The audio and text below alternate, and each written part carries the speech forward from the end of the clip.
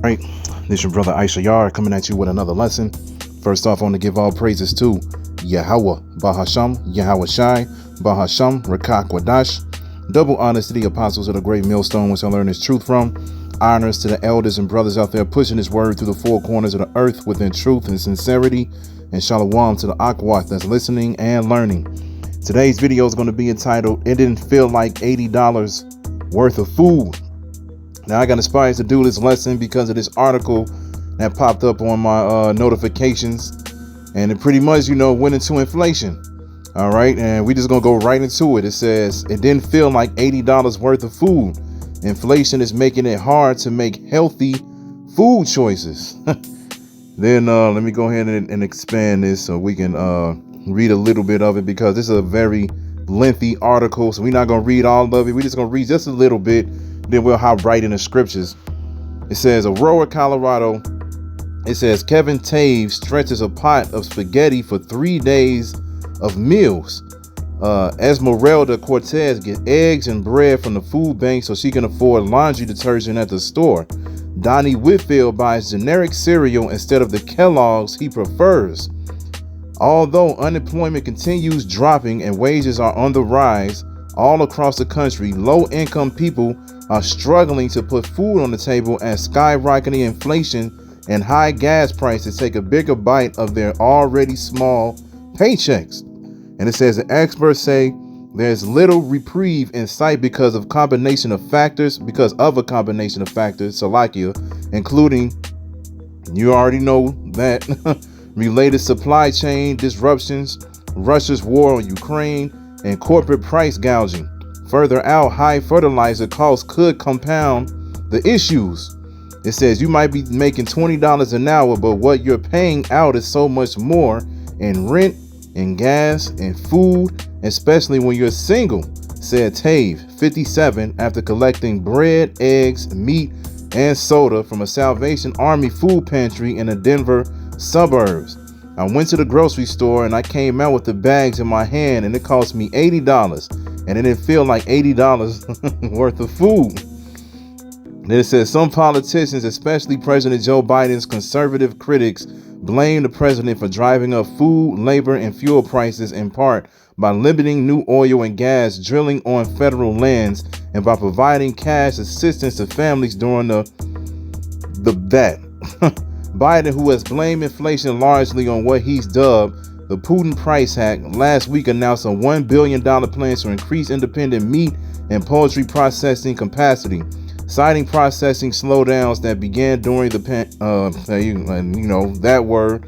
Biden said his plan would help eliminate supply chain bottlenecks, help farmers earn more for their animals, and bring down consumer food prices. So, it's pretty much they trying to go into their so-called plan to bring down inflation and get things back, quote unquote, to normal and everything like that. But as we all know, this is a man-made thing. The famine and everything that's going on is set up because they're doing this thing called order out of chaos. They want this society to collapse so then everybody can go crazy, start doing things that's unlawful. All right, they can live out the actual Purge movie, and then they'll have an excuse to usher in martial law, to crash the economy so the dollar can finally be done with, man. No more paper money, no more coins, no more of any of that, all right? No more debit cards, credit cards. Everything is going to lead to the MOTB. And you already know what the MOTB is. But right now, what you're seeing is inflation. And, like I said, definitely when you go to the grocery store, you spend $80, it doesn't feel like $80. I literally just went to the grocery store about a few days ago. All right. And you go and get like a pack of chicken breasts. It's like $10 to $15. Only contain like, if you're lucky, only contain like 7 to 8 in it. All right. And then after that, you get a little thing of ground beef. That's like another $15. All right. Then you go get the bread and, certain other things. And that food, especially if you have a family or whatever, that food can only last about a week. That's it. Only a week, and for certain people, maybe only a couple of days. All right. The things that you buy now and the money that you're spending definitely does not last anymore, especially when you go to these restaurants, these fast food chains and everything like that. It's ridiculous. You go to places like Five Guys or the real popular burger places that you all know about. You know, if you really want the good burger by itself is like $10 to $12. $10 to $12 just for one burger, man. All right. And then if you want fries on the side, they'll be like, well, that's an extra $3 to $5, depending on where you live at. All right. So you really can't even go out and enjoy yourself like that. And really, that's why when people, well, when they was giving out the stimulus checks and everything like that, it was like, oh man, we finna get a second one. Oh man, that means I can finally afford to get 2 burgers from Five Guys because that shit is expensive, man. And the thing is, this inflation is going to lead to hyperinflation. All right. And once that hyperinflation kicks in, that's when people are really going to feel the pressure, man. That's when shit is really going to start to hit the fan. When you finally go to the store and you see bread, instead of it being like, for instance, out here where I'm at, it's like $2, $3 just for, you know, a regular loaf of bread. And that loaf of bread can probably be now 10 to 15. That same pack of chicken breast that I mentioned earlier, that was like $12 to $15. That could be like $30 to $35. And people are already complaining about the prices now. So how much more then? They already have certain Walmarts and everything like that where they're actually locking up food. In order for you to get whatever type of meat you want, you have to ask the associate to get it for you now. And this is what it's all coming down to, man. And ultimately, it's going to come down to that famine. And that's when people are going to start going crazy, man, because they're going to be thinking off instinct. They're going to be thinking, I got to do what I need to do to survive, because people don't want to starve out here. So what type of behavior do you think they're going to be in? It's going to get ugly, man. Let's get Habakkuk 2 and 5 first. Let's get Habakkuk chapter 2, verse 5. And it says, all right, here it is. It says, yeah, also because he transgresseth by wine, he is a proud man, neither keepeth at home, who enlargeth his desire as hell, and is as death, and cannot be satisfied, but gathereth unto him all nations, and heapeth unto him all people. Shall not all these take up a parable against him, and a taunting proverb against him, and say, woe to him that increaseth that which is not his? How long? And to him that ladeth himself with thick clay. And you already know, when you go into the Hebrew right here for thick clay, it means heavy debt. That's one of the reasons why this inflation and everything is happening right now. All right. Because America right now, I believe, is hundreds of trillions of dollars in debt, man. And they getting to the point where, no, they can't pay whoever it is back. They can't get out of this debt. So what you think is going to happen next, man? This dollar is going to crash. The prices are going to go up. People are going to go crazy, man. But that's why it says, woe to him that increases that which is not his, because Esau, the so-called white man, he came over here, he stole this land, he put people in slavery, you so-called Negroes especially, all right? But ultimately, he put all of the tribes in slavery, the Negroes, Latinos, and Native Americans. He came over here and he increased in something that was not his. He became rich off of theft, robbery, murder, rape, all right? All of these things, man. And now look at what's going on. Look at what's going on, and he's steadily still trying to increase because he really don't want this system. He wants the digital system. He wants to increase in that. And that's straight up blasphemy right there, because once you take that MOTB, you pretty much putting yourself in a position where you're going to worship Esau. And Esau is going to be ruling this world as a so-called God, man. But that's not going to happen. That's why it says, woe to him that increases that which is not his, meaning destruction. Because that's what's coming to this place. Nuclear destruction, man. The Most High is not going to allow this place to go on any further after the people start taking the MOTB. Once that thing is mandatory, it's a wrap, man. It ain't going to be no, oh, yeah, you know, everybody received it and it went on for 2, 3, 4, 5 years. Nah, the Most High is not going to be pleased with that at all. As soon as that happened, expect Yahushua and the angels and the elect to receive the spiritual power. Expect to see all of that real quick, man. Real quick. Let's go to Matthew 24. We go to Matthew 24 and 6. And it says, you shall hear of wars and rumors of wars. See that you be not troubled, for all these things must come to pass, but the end is not yet. For nation shall rise against nation, and kingdom against kingdom, and there shall be famines and pestilences and earthquakes in divers places.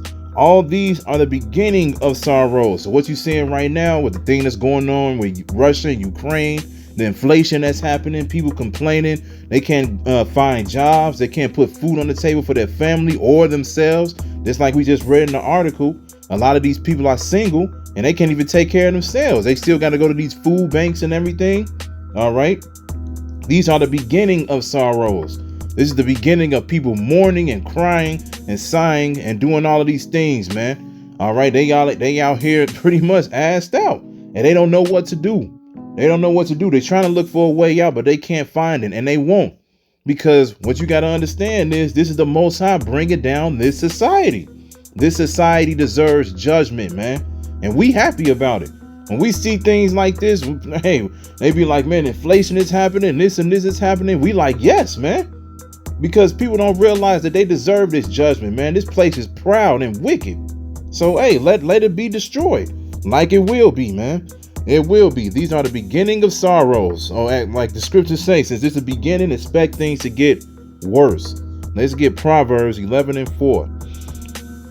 This is Proverbs chapter 11, verse 4. And it says, riches profit not in the day of wrath, but righteousness delivereth from death. Now, when you read this scripture, a lot of these so-called rich people, they're going to be using their money to, get their bunkers or try to fly out from the destruction or do whatever it is and everything like that. But it's not going to deliver them. And you can use this scripture because it says riches profit not in the day of wrath. A lot of people are going to be using their money to store up food and everything like that.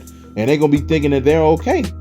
Just like the elder Manasseh Cubans did a video about Khloe Kardashian. Now she was showing people her bunker and everything like that, where she's storing away her goods and essentials and everything like that. Man, and that place is those places are going to be for the elect, man. Those places are going to be for the elect. I remember Pastor Tahar saying that. He was like, man, all of these people out here doing all these things, man, these places are going to be set up for the elect, man. The elect are going to be on a run. They're going to be in the wilderness. They're going to be doing all these different things. They're going to be as pilgrims on the earth. The next thing you know, they're going to be going into a place. They're going to be like, man, look at all this food. Man, because the scriptures say, hey, my servants shall eat, but you shall be hungry. My servants shall drink, but you shall be thirsty. My servants shall rejoice, but you shall be, roughly paraphrasing. All right. And at the end of the day, and then you got to think about the regular people as well. The regular people that knows that people are storing up food and everything like that. What you think they're going to do to you? They're going to find these places. They're going to be breaking into houses. They're going to be doing all these things, man. They're going to be taking your goods. So at the end of the day, your money is not going to do anything once shit hit the fan, man. When shit hit the fan, it's going to be a wrap. That's why it says, but righteousness delivereth from death. You got to believe in Yahweh Bashem Yahweh Shah. You got to put your whole faith within him. Because you don't have faith within him, then yeah, you're going to be part of the wrath. And we're not trying to be part of the wrath, man. All right. Let's get one last scripture. Because like I said, the inflation, this is just the beginning. But this is what it's going to lead to, man. This is 2nd Ezra chapter 15, verse 18. And it says, because of their pride, the city shall be troubled, the houses shall be destroyed, and men shall be afraid.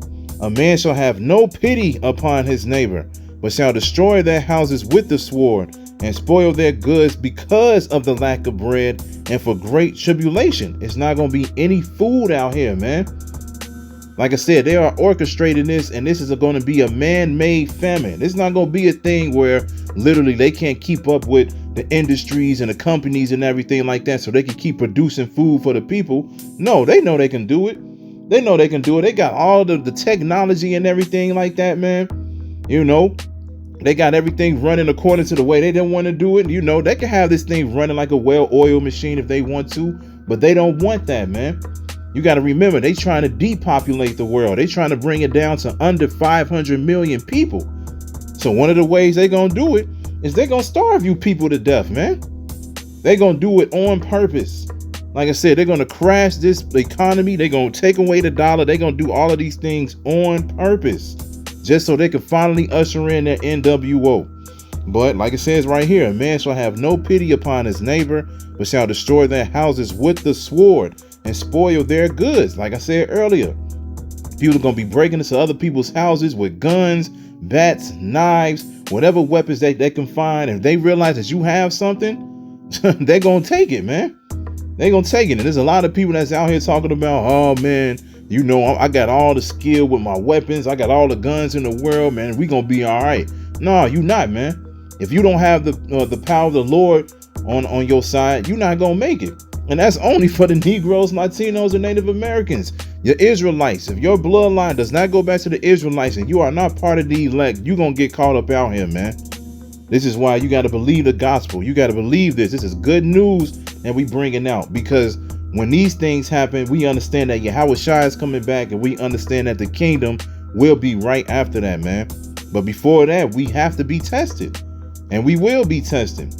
And this is where you're going to have to show your faith, man. But like it says, because of the lack of bread and for great tribulation. So people are going to be doing this because they will not have the essentials and the food to feed themselves, man. Cannibalism is coming back, all right? Your so-called friends, your so-called family and everything like that, their true colors going to come out when they realize they need to survive, all right? Whoever's the weakest link, that's what they call it, the weakest link, they're going to look at people and be like, all right, hey, I know I could catch him or her slipping. Let's go ahead and get them, man. That's how it's going to be, man. This so-called love that people preach out and teach out here, man, that shit going out the window when everything hit the fan. You're going to see who really going to be on each other's side when, you know, when these things happen. So this is what it's coming down to, man. So at the end of the day, you got to pray to Yahweh B'Shem Yahushua, man, because we ain't too far away from it. We ain't too far away from it. They talking about this now and there's no cure in sight. What you think is going to happen within the next few months, you know, the next year or so, man? Hopefully we ain't here that long, but hey, we hasten the day of Yahweh B'Shem Yahushua. So hopefully it happens sooner than later, man. So stay prayed up, stay fasting, do what you got to do. And hey, man, stay prepared and watch. So I hope this is edifying. So with that, I'm going to say, call Halayim, Yahweh, Bahasham, Yahushai, Bahasham, Rachaa Quadash. Double honors to the apostles of the great millstone, which I learned is truth from. Honors to the elders and brothers out there pushing his word through the four corners of the earth within truth and sincerity. And shalom to the Aquat that's listening and learning. And Yahweh Ratazat, I'll be back with another lesson. Keep pushing, Yasharala. Keep pushing. We almost out of here. Shalom.